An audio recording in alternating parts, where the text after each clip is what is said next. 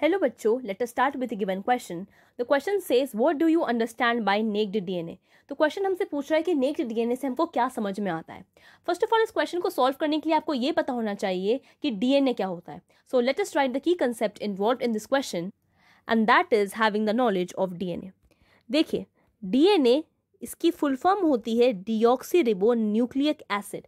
इसका मतलब ये एक जेनेटिक मटेरियल होता है जो कि प्रेजेंट होता है हमारे लिविंग ऑर्गेनिजम्स के अंदर, और ये बना होता है पॉलीन्यूक्लियोटाइड की चेन से.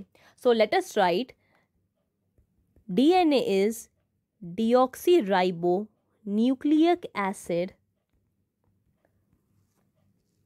that acts as a genetic material and formed up of two polynucleotide chains.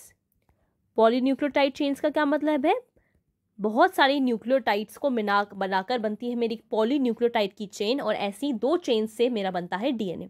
अब हमें ये पता होना चाहिए कि जो डीएनए होता है उसके साथ बहुत सारी चीज़ें एसोसिएटेड होती हैं, like certain types of lipid, proteins like histone proteins and other type के मॉलिक्यूल्स होते हैं जो एक एनवेलप की तरह एक्ट करते हैं in the formation of DNA.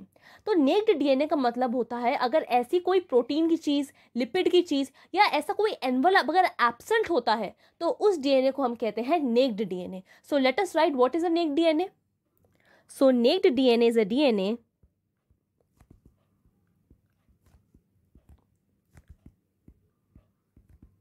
that has no association with lipids, proteins or any other molecule.